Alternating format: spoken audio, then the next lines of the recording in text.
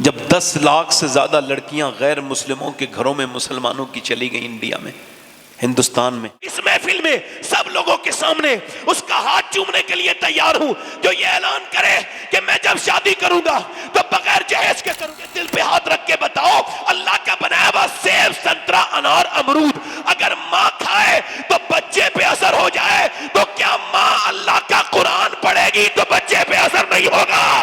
जो बच्चे, औरतें जो बच्चों को मोबाइल दे रही है ना खेलने के लिए, उम्मत फ्री फायर में लग गई। आप देखो मेरे नौजवानों को लत लग गई, जैसे नशेड़ी होते हैं ना, नशे की तरह आदत मोबाइल की लग गई। इसका मतलब यह है कि माएँ अगर चाहें तो बच्चे बचपन से बदल सकते हैं। क्या बात है। माओ ने बच्चों को रोने पर जब मोबाइल दिया तो इसका मतलब है कि उम्मत मोबाइल के हवाले हो गई। इकबाल से किसी ने पूछा, मीर तकी मीर आपसे बड़ा शायर है और गालिब भी आपसे बड़ा शायर है, मगर उनके शेर लोगों को याद नहीं, आपके अशार लोगों को याद है। उसकी वजह क्या है? आपको भी याद होगा। जैसा ये शेर पढ़ा ना मैंने कि मोहम्मद से वफा, पूछा ये कलाम, ये आपके शेर इतने मकबूल कैसे हो गए? कहने लगे मैंने शायरी शुरू करने से पहले 1.25 करोड़ मरतबा हुजूर पर दरूद पढ़ा है। अब बताओ जिसने 1.25 करोड़ दरूद पढ़ा उसके 2-3 शेर लोगों को याद हुए, उस बरेली वाले ने कितना दरूद पढ़ा होगा जिसका पूरा सलाम वो भी पढ़ते हैं जिन्हें उर्दू जबान नहीं आती। इकबाल कहता है कितनी, अब बड़ा मेरी तकरीर पे ध्यान दीजिएगा, कहता है कितनी खूबसूरत घर बना लो, कैसे ही उसमें डेकोरेशन, जैसे ये हमारे यहाँ चल रहा है आजकल, ये यहाँ पे टाइल्स लगेगी, इस टाइल को यहाँ लगाओ, ये बाथरूम की है तो ये किचन में नहीं लग सकती, ये किचन की है तो ये बाथरूम में नहीं लग सकती। अब वो कहते हैं कितनी खूबसूरत घर बना लो, मगर उस घर को बर्बाद होने से कोई बचा नहीं सकता जिसमें हुजूर की बेटी सैयदा फातिमा का जिक्र नहीं होता। ये बात हमने देखी भी, चूंकि औरत है हया से, घर है औरत से, औरत है हया से, और हया है सैयदा फातिमा से। सुभान अल्लाह, सुभान अल्लाह। जब 10 लाख से ज्यादा लड़कियां गैर मुस्लिमों के घरों में मुसलमानों की चली गई इंडिया में, हिंदुस्तान में, तब हम फेसबुक पे जिस बातों के ऊपर लड़ रहे हैं, सोचें क्या वो लड़ने वाली बातें हैं? 10 लाख लड़कियां हुजूर की कलमा पढ़ने वालियां, इसका कौन जिम्मेदारी उठाएगा? क्या वो माँ बाप जिम्मेदार हैं कि नहीं जो वक्त पे शादी नहीं कर रहे हैं अपने बच्चों की? पहले लोग शादी करते थे तो कहते थे भाई हम लड़की देखेंगे पहले तो उसकी नानी को भी चेक करेंगे शादी करने से पहले। उनको पता था नानी की बातें बेल्ट होके आती हैं बेटी में, बेटी की आती हैं नवासी में। अब नानी से को चेक कर रहे हैं और चेक करवाने के लिए भेज रहे हैं और शादी करनी है नवासी से। अब तवज्जो करो, रिश्ता किससे करना है? नवासी से। चेक किसको कर रहे हैं? आज के जमाने में अल्लाह माशाअल्लाह, अब तो कोई हाजी जी भी है ना तो वो भी पैसा तलाश करता है। मालदार घर में ऐसे आदमी का हज नहीं होता जो इस तरह की गंदी घटिया हरकत करे। याद रखो, मुझे उसके हज पे शक होता है जो हाजी भी है और जहेज के लिए बड़ा घर भी तलाश करता है, बड़े लोग भी तलाश करता है, मालदार घर भी तलाश करता है।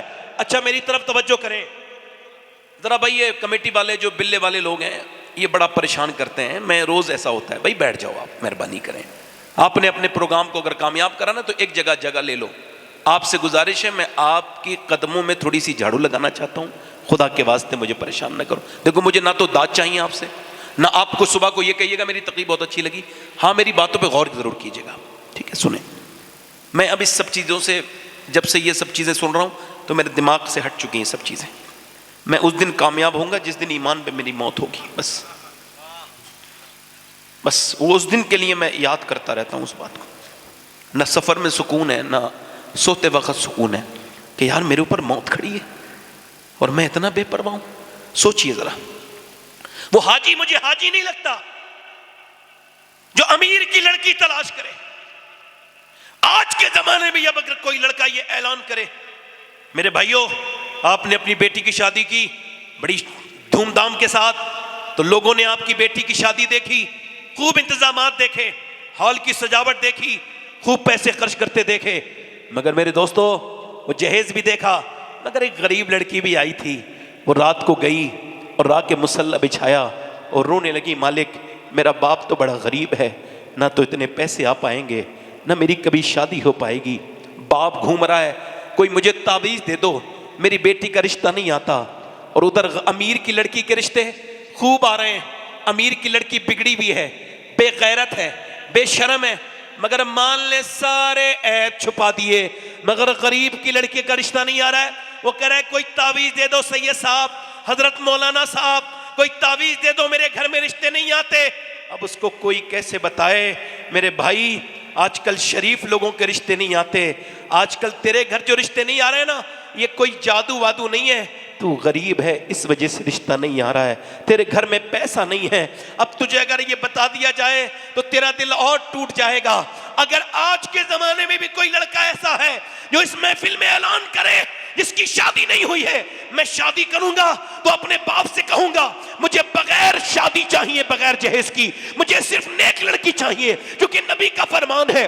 बाप पूछे क्यों? का इस वजह से अगर कोई ऐसा लड़का हो तो मैं सैयद हूं, मगर फिर भी उस महफिल में, इस महफिल में सब लोगों के सामने उसका हाथ चूमने के लिए तैयार हूं जो ये ऐलान करे कि मैं जब शादी करूंगा तो बगैर जहेज के करूंगा। जब बाप पूछे क्यों? का इस वजह से मुझे अपने इमाम का ये शेर समझ आ गया है, कौन देता है देने को मुंह चाहिए, देने वाला है सच्चा हमारा नबी। अल्लाह अकबर, या रसूल अल्लाह, जिंदाबाद। आवाज कम ना करें, वाह, जितनी आवाज है उतनी रहने दें। माइक को आपके कुछ हो जाए तो मुझे ना कहिए, दिल लगा के बोले सुभान अल्लाह, मुस्कुरा के बोले।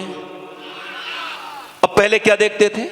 लड़की ठीक, नस्ल सेव करनी है ना, एक औरत अगर आ जाए तो खानदान की इज्जत खत्म कर देती है, खराब। बोलो बात सही गलत है? एक लड़की बिगड़ी आ जाए पूरा खानदान बिगाड़ देती है ना। इसका मतलब यह है नानी को चेक करते थे हमारे बुजुर्ग, मगर हम नहीं करते, वो अक्लमंद थे। नानी चेक करनी चाहिए। इस्लाम कहता है अगर नानी इस्लाम में देखनी है तो देखो मक्के की खदीजतुल कुबरा को देखो, और अगर बेटी देखनी है तो मदीने की फातिमतुज़ ज़हरा को देखो, नवासी देखनी है तो करबला की ज़ैनब कुबरा को देखो। नारे तकबीर, नारे रिसालत, अज़मते अहले बैते मुस्तफा, मदरसा पहले सुन्नत फैज़ाने मुस्तफा। वाह वाह। ये जो बच्चे पागल होते हैं माँ के पेट से ही, कभी आपने सोचा है, इन पर गौर किया? 80% बच्चे, ऑक्सफोर्ड कहता है ये वो बच्चे हैं माँ के पेट में थे, बाप ने इनकी माँ पे जुल्म किया, यानी बाप ने माँ को मारा, और दिमाग पे असर किसके हुआ? बच्चे के। डिप्रेशन माँ को रहा, दिमाग पे असर किसके हुआ? बच्चे के। अच्छा तवज्जो करें, आज के जमाने में साइंस ये कह रहा है कि जब बच्चा पेट में आ जाए उसके बाद से माँ के खाने पीने, सेहत, बोलने, सबका असर पेट के बच्चे पे होता है। अब मैं आप सबसे पूछना चाहता हूं कि जब डॉक्टर के यहाँ जाती है औरत तो वो उसको प्रेगनेंसी में हिदायत करता है कि टेंशन मत लेना, फ्री टेंशन होके रहना। अगर तुम्हें अपने बच्चे को ताकतवर बनाना है, समझना जरा, अगर अपने बच्चे को ताकतवर बनाना है तो ऐसा करना कि तुम अपनी प्रेगनेंसी में ज्यादा जो बादाम खाना, बादाम में आयरन होता है, आयरन मजबूत बनाता है, तुम्हारे खून में जाके बच्चे के खून में मिलेगा। और अगर तुम ये चाहती हो बच्चा और ताकत बने, सेब खाना, सेब में आयरन होता है, विटामिन सी के लिए संतरा और नींबू पीना, और विटामिन डी के लिए धूप में बैठना और ज्यादा अमरूद खाना।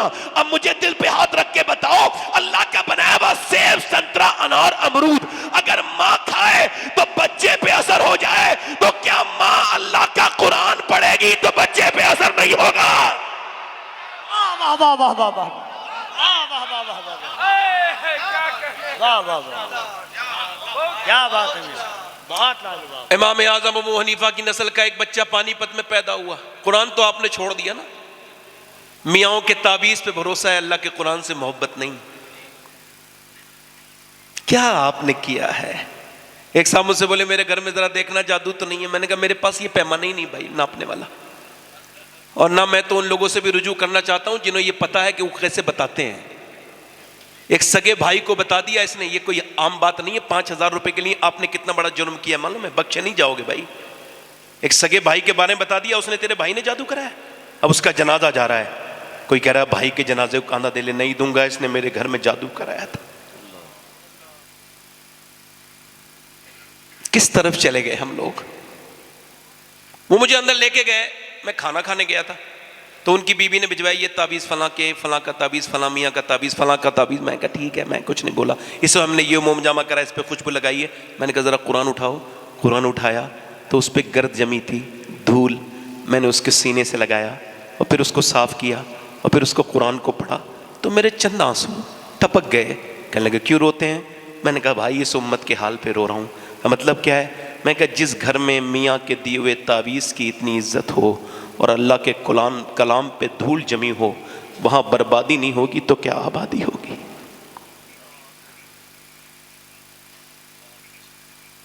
घरों से कुरान निकल गया। जो बच्चे औरतें जो बच्चों को मोबाइल दे रही है ना खेलने के लिए, उम्मत फ्री फायर में लग गई। आप देखो मेरे नौजवानों को लत लग गई, जैसे नशेड़ी होते हैं ना, नशे की तरह आदत मोबाइल की लग गई। ये जो खड़े होकर पेशाब करते हैं, इनकी माओ से पूछो जब ये पेट में थे तो उनकी माओ ने फिल्में देखी थी, गाने देखे थे कि नहीं देखे थे? पूछो जाके, गौर करो, मेरी तरफ तवज्जो करो। ये जो लड़के, अगर यही हाल रहा ना मेरे भाइयों, तो अगले 10 साल में हर घर में एक पागल होगा जिसे मोबाइल ने पागल कर दिया होगा। ये कैसा मोबाइल है कि तुम ना आपस में बात करो, ना दोस्तों से बात करो, मोबाइल में मिलके भी मोबाइल में लगे रहते हो। सिर्फ फेसबुक, इंस्टाग्राम, इतनी खराब चीजें हैं, ये बहुत खराब है। तुम्हारी वक्त भी खराब कर रहे हैं, तुम्हारे ईमान पे भी हमला कर रहे हैं। और लोगों, पानीपत में एक बच्चा इमाम आजम अबू हनीफा की नस्ल का पैदा हुआ, रोने लगा। पैदा होते ही 1 महीने लगातार रोया, इलाज से ठीक नहीं हुआ, हकीमों को दिखाया। 1 महीने के बाद बाबा हजरत फखरुद्दीन बाउद्दीन ज़करिया मुल्तानी के दामाद गुजर के निकले, उधर से निकल के गुजर के जा रहे थे। मुरीदों से कहा ये बच्चा रो नहीं रहा है, अल्लाह का जिक्र कर रहा है। लोगों ने कहा हुजूर कैसे? कहा दिखाता हूं। पहुंचे, कोई है? घर में से बाप आया, जी ये आपका बच्चा रो रहा है। कहा मुबारक हो, ये बच्चा अल्लाह का वली है। कहा आपका दिमाग ठीक है? ना खुद सोया है ना सोने दिया है और आप इसको वली कह रहे हैं। कह लगा मेरी गोद में लाएं। उसे कुछ ना कहें, गोद में ला के दिया। बच्चे को जब गोद में दिया, एक कान में कुछ पढ़ा, दूसरे में, बच्चा खामोश। कह लगे साहब आपने क्या पढ़ के इसके दम कर दिया? बड़ी बड़ी दवाइयों से ठीक नहीं हुआ। कह लगे पहले ये बताएं कि इसकी माँ क्या कुरान की हाफिजा है? कहा तो सुनो, जब ये अपनी माँ के पेट में था ना, तो इसकी माँ ने उठते बैठते चलते फिरते खाते पीते इतना कुरान पढ़ा, सोते जागते, कि इसका बेटे को माँ के पेट में आदत पड़ गई कुरान की। उसकी रूह की ग़िज़ा कुरान की तिलावत बन गई। जब बच्चा पैदा हुआ, माँ जजगी में चली गई, कुरान उसने पढ़ा नहीं, तुम उसको दवाइयां खिला रहे थे, उसको भूख थी कुरान सुनने की।